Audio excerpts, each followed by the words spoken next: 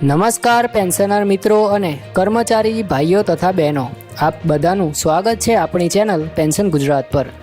મિત્રો, આજે આપણે એક એવા વિષય પર ચર્ચા કરવા જઈ રહ્યા છીએ જેનો સીધો સંબંધ છે આપણી માસિક આવક સાથે અને જે દર વર્ષે લાખો પરિવારો માટે રાહત લાવે છે। આ વિષય છે મોંઘવારી ભથ્થું એટલે કે ડિયરનેસ અલાઉન્સ અને મોંઘવારી રાહત એટલે કે ડિયરનેસ રિલીફ એટલે કે ડીઆરનો તાજેતરમાં જે વધારો થયો છે તેના વિશે।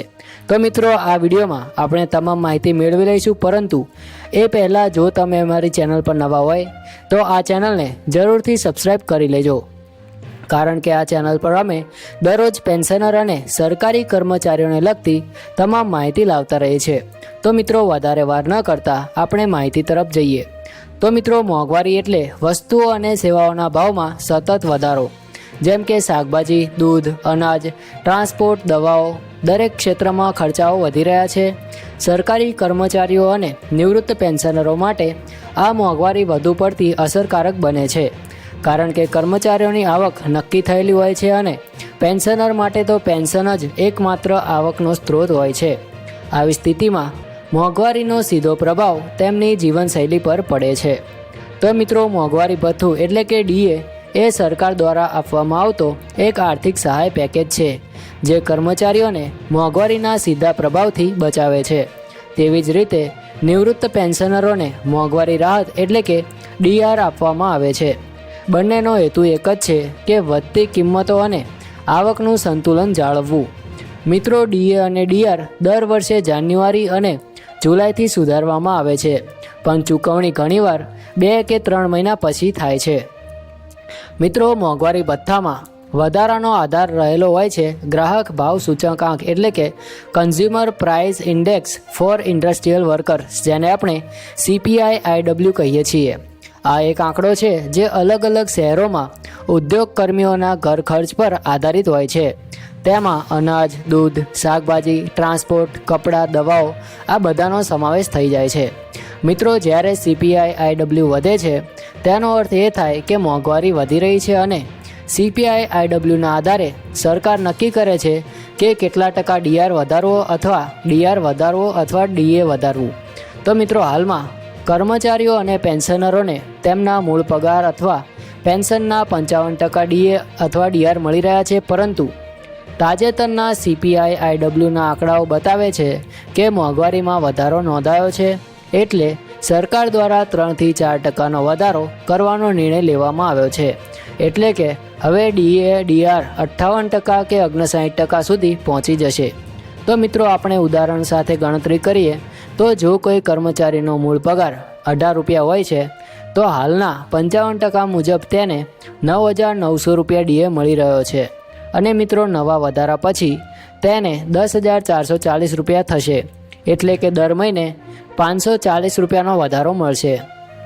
મિત્રો, બીજું ઉદાહરણ લઈએ તો જો કોઈ કર્મચારીનો મૂળ પગાર 40,000 રૂપિયા હોય છે તો હાલના 55% મુજબ તેને 22,000 રૂપિયા ડીએ મળી રહ્યો છે, અને નવા વધારા પછી તેમને 23,200 રૂપિયા થશે, એટલે કે દર મહિને ₹1,200નો વધારો થશે। મિત્રો, ત્રીજું ઉદાહરણ પેન્શનરનું ઉદાહરણ લઈએ તો જો કોઈનું પેન્શન 20,000 રૂપિયા હોય તો હાલના 55% ડીઆર મુજબ તે 11,000 રૂપિયા છે, અને મિત્રો, નવા વધારા પછી તે 11,600 થી 11,800 રૂપિયા સુધી થઈ શકે છે, એટલે દર મહિને 600 થી 800 રૂપિયાનો સીધો લાભ જોવા મળશે। મિત્રો, ડીએ અને ડીઆરનો આ વધારો જુલાઈ 2025થી લાગુ થઈ ગયો છે, પરંતુ ચૂકવણી કદાચ ઓક્ટોબર તો નવેમ્બરના મહિનામાં થશે, એટલે કર્મચારીઓ અને પેન્શનરોને બાકી મહિનાઓનો લાભ એકસાથે એરિયર્સ રૂપે મળશે। ઉદાહરણ તરીકે, જો કોઈને દર મહિને 600 રૂપિયાનો વધારો થાય છે અને 3 મહિનાનું એરિયર્સ મળે છે તો તેને એકસાથે 1,800 રૂપિયાની વધારાની રકમ મળશે। તો મિત્રો, ડીએ અથવા ડીઆરનો વધારો પેન્શનરો માટે ખાસ મહત્ત્વનો છે, કારણ કે પેન્શન તેમની એકમાત્ર આવક હોય છે। દવાઓના ખર્ચ દર મહિને વધી રહ્યા છે, ઘર ખર્ચમાં વધારો થઈ રહ્યો છે, તેથી ડીઆરનો 3 થી 4%નો વધારો પેન્શનરો માટે બહુ મોટી રાહત તો ના કહેવાય, પણ તેમને સામાન્ય વધારો કહી શકાય છે। મિત્રો, રાજ્ય અને કેન્દ્ર સરકાર વચ્ચેનો તફાવત જોઈએ તો કેન્દ્ર સરકાર દર 6 મહિનામાં ડીએ અથવા ડીઆરનો વધારો જાહેર કરે છે, રાજ્ય સરકારો થોડા સમય પછી કેન્દ્ર સરકારના આધારે પોતાનો નિર્ણય જાહેર કરે છે. એટલે ગુજરાત રાજ્યના કર્મચારીઓ અને પેન્શનરોને પણ આ વધારાનો સીધો લાભ મળશે, પણ થોડા સમયના અંતરે. મિત્રો, અગાઉના વધારાનો ઇતિહાસ જોઈએ તો 2023 અને 2024માં પણ મોંઘવારીના વધારાના કારણે દર 6 મહિનામાં 3થી 4% વધારો કરવામાં આવ્યો હતો.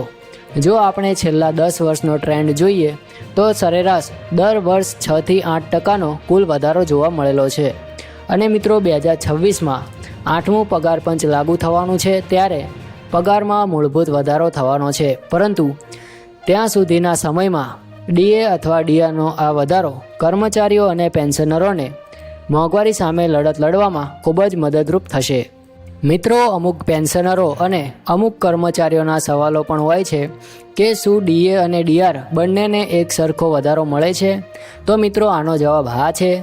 જેટલો વધારો કર્મચારીઓને મળે છે એટલો જ પેન્શનરોનો પણ મળે છે.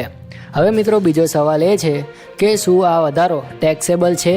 તો મિત્રો, હા, ડીએ અને ડીઆર બંને આવક ગણાય છે અને ટેક્સના દાયરા હેઠળ આવે છે, તેથી તેમાં પણ ટેક્સ ઉમેરવામાં આવે છે. હવે મિત્રો, ત્રીજો પ્રશ્ન એ છે કે શું ખાનગી કંપનીઓના કર્મચારીઓને ડીએ મળે છે ખરું? તો મિત્રો, આનો જવાબ ના છે. ડીએ અને ડીઆર માત્ર સરકારી કર્મચારીઓ અને પેન્શનરો માટે જ હોય છે અને સરકારી કર્મચારીઓ અને પેન્શનરોને જ મળે છે. તેથી તેમાં ખાનગી કંપનીઓના કર્મચારીઓને ડીએ અથવા ડીઆર મળતું નથી. તો મિત્રો, આપણે અત્યાર સુધી સમજ્યા કે મોંઘવારી ભથ્થું અને રાહત શું છે, કેવી રીતે CPI-IW પરથી નક્કી થાય છે, કર્મચારીઓ અને પેન્શનરોને કેટલો સીધો લાભ થશે, અને મિત્રો, એરર્સ કેવી રીતે ચૂકવવામાં આવશે અને ગુજરાત રાજ્યમાં ક્યારે લાગુ થશે. આ તમામ માહિતી આપણે આ વિડીયોમાં મેળવી. આ વખતનો વધારો 3થી 4%નો વધારો કદાચ કાગળ પર નાનો લાગે છે, પણ વાસ્તવિક જીવનમાં તે દવાઓ, દાળ ચોખા, વીજળીના બિલ, ટ્રાન્સપોર્ટ દરેક જગ્યાએ ખૂબ જ મદદરૂપ થાય છે. મિત્રો, અમે આશા રાખીએ છીએ કે કેન્દ્ર સરકાર જેમ જાહેરાત કરે છે કે ડીએ વધશે અને ડીઆર વધશે, તેમજ જલ્દીથી ગુજરાત રાજ્ય સરકાર પણ પોતાના કર્મચારીઓ અને પેન્શનરો માટે ખૂબ જ જલ્દીથી આ જાહેરાત કરશે. મિત્રો, વિડીયોને અંત સુધી જોવા માટે આપનો ખૂબ ખૂબ આભાર. જો તમને આ માહિતી ઉપયોગી લાગી હોય તો અમારી ચેનલ પેન્શન ગુજરાતને જરૂરથી સબસ્ક્રાઈબ કરી લેજો અને તમારા કમેન્ટમાં અભિપ્રાયો જરૂરથી લખજો. અભિપ્રાયો કોમેન્ટમાં જરૂરથી લખજો, જેથી અમને ખબર પડે કે આગળ કોના વિશે અથવા શેના વિશે વિડીયો બનાવવો. તો મિત્રો, મળીશું આવી જ માહિતી સાથે. ત્યાં સુધી તમામ કર્મચારીઓ ભાઈઓ તેમજ તમામ પેન્શનર મિત્રોને જય હિન્દ, વંદે માતરમ.